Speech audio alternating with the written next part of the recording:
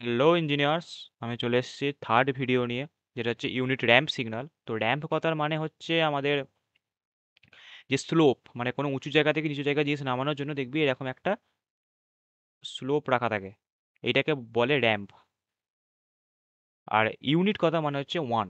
তো আমরা যেটা স্টেপ সিগন্যালে দেখলাম অ্যাম্পলিটিউড ওয়ান ছিল, ইম্পালসে দেখলাম এরিয়া ওয়ান ছিল, তাহলে এখানে কোনটা ওয়ান হবে সেটা আমরা দেখব।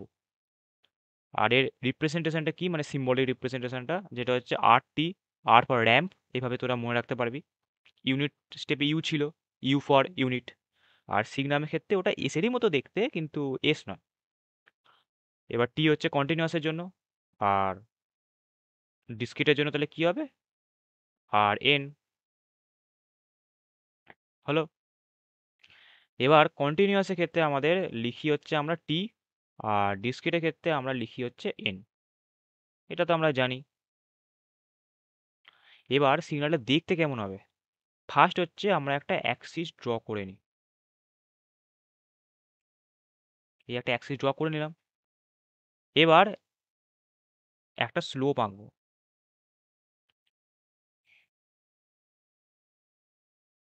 এই যে এইটা হচ্ছে আমাদের র্যাম্প সিগন্যাল, যেটা হচ্ছে আমার আর টি দ্বারা ডিনোট করা হয় কন্টিনিউয়াস ডোমেনে। এটা হচ্ছে আমাদের টি অ্যাক্সিস, আর এই সিগন্যালটা হচ্ছে আমাদের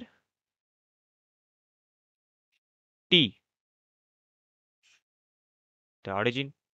এবার তাহলে ডেফিনেশনটা দেখে নিই। ডেফিনেশনটা হচ্ছে R T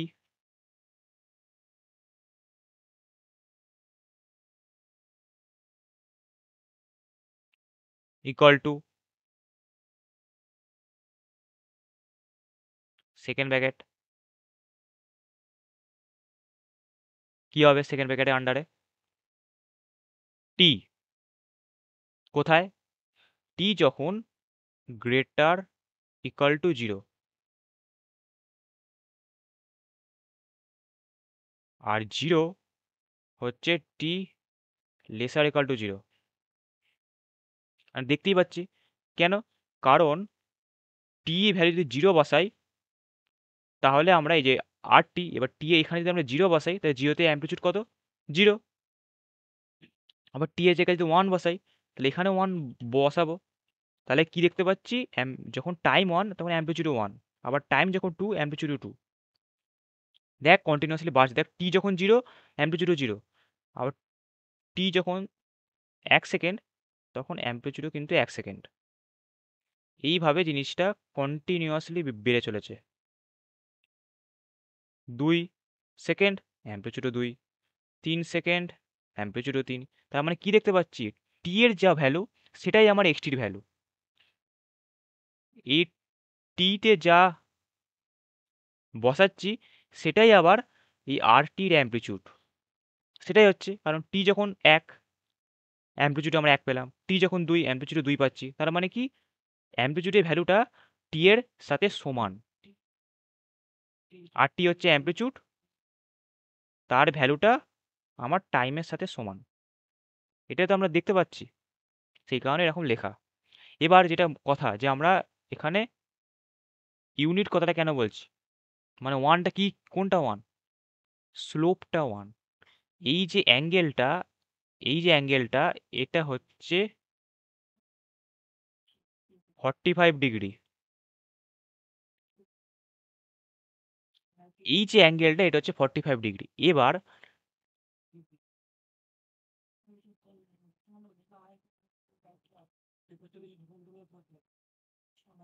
tan of 45 degree value কত, ওয়ান। আবার tan অফ যে কোনো অ্যাঙ্গেল হচ্ছে স্লোপ, তাহলে স্লোপটা ওয়ান। স্লোপ বার করার জন্য tan থিটা হয়। তাহলে tan, এই অ্যাঙ্গেলটা 45 degree, tan of 45 degree one. এইটা আমার ওয়ান, এরিয়াও নয় অ্যাম্পলিটিউডও নয়। তাহলে বোঝা গেল। একইভাবে আমাদের ডিসক্রিটের ক্ষেত্রে কি হবে, সেমি দেখতে হবে।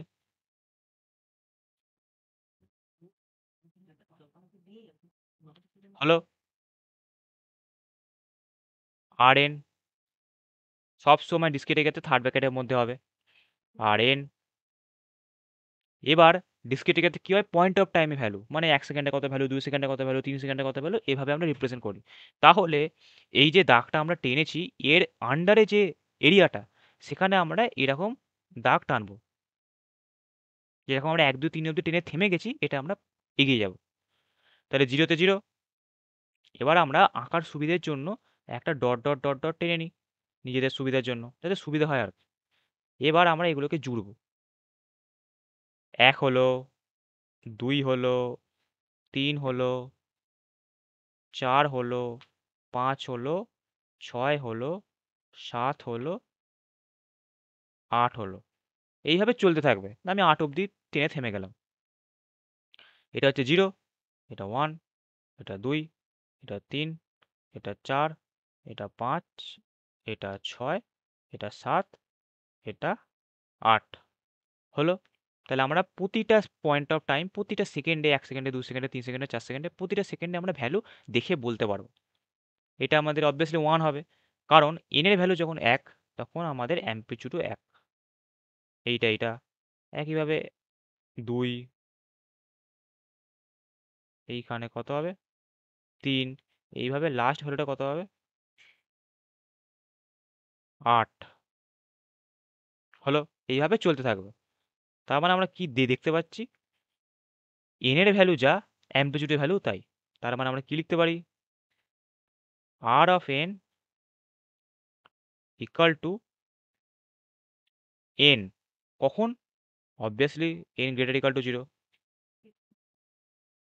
আর একদমই কোনো অ্যাম্পলিটিউড থাকবে না হচ্ছে এই রিজিয়ানে, এন লেস দ্যান 0। তাহলে বোঝা গেল। একইভাবে এখানে বলতে হবে না কেন ইউনিট 1045 ইকুয়াল টু 1। তাহলে আশা করি র্যাম্প সিগন্যাল কেমন দেখতে হয়, কীরকম রিপ্রেজেন্টেশন, কি ব্যাপার, কোনটা ইউনিট, সেটা আমি বোঝাতে পেরেছি। আবার নেক্সট ভিডিও দেখা হবে অন্য একটা সিগন্যাল নিয়ে। একটাই রিকোয়েস্ট, তোরা প্রথম থেকে সিকোয়েন্স ওয়াইজ ভিডিওগুলো দেখবি, তাহলে এই ছোট ছোট ছোট ছোট টপিক তোদের ক্লিয়ার হবে। তারপর যখন বড় কোনো জিনিস করতে হবে, সেটা তোরা সহজেই নিজেরা করতে পারবি এবং ইন্টারেস্টিং লাগবে তোদের। এই সাবজেক্টটা সত্যি বলতে খুবই ইন্টারেস্টিং, শুধু প্রবলেম বেস সাবজেক্ট। পরীক্ষা তোদের শুধু প্রবলেম করতে দেবে, মানে 98% ওয়েটেজ থাকে পরীক্ষায় প্রবলেম। এবার সব ঠিক করতে পারলে ও পাবি, ই পাবি, এবং ভুল হয়ে গেলে তখন নাম্বারটা কমে যায়। তো আমরা সেই ভুলের দিকে কেন যাব? আমরা যদি এইভাবে স্টেপ বাই স্টেপ পড়ি, ভুল হবে না। তাহলে আশা করি বোঝা গেছে। চল নেক্সট ভিডিও দেখা হবে, bye bye. If I make you crazy, just take it easy.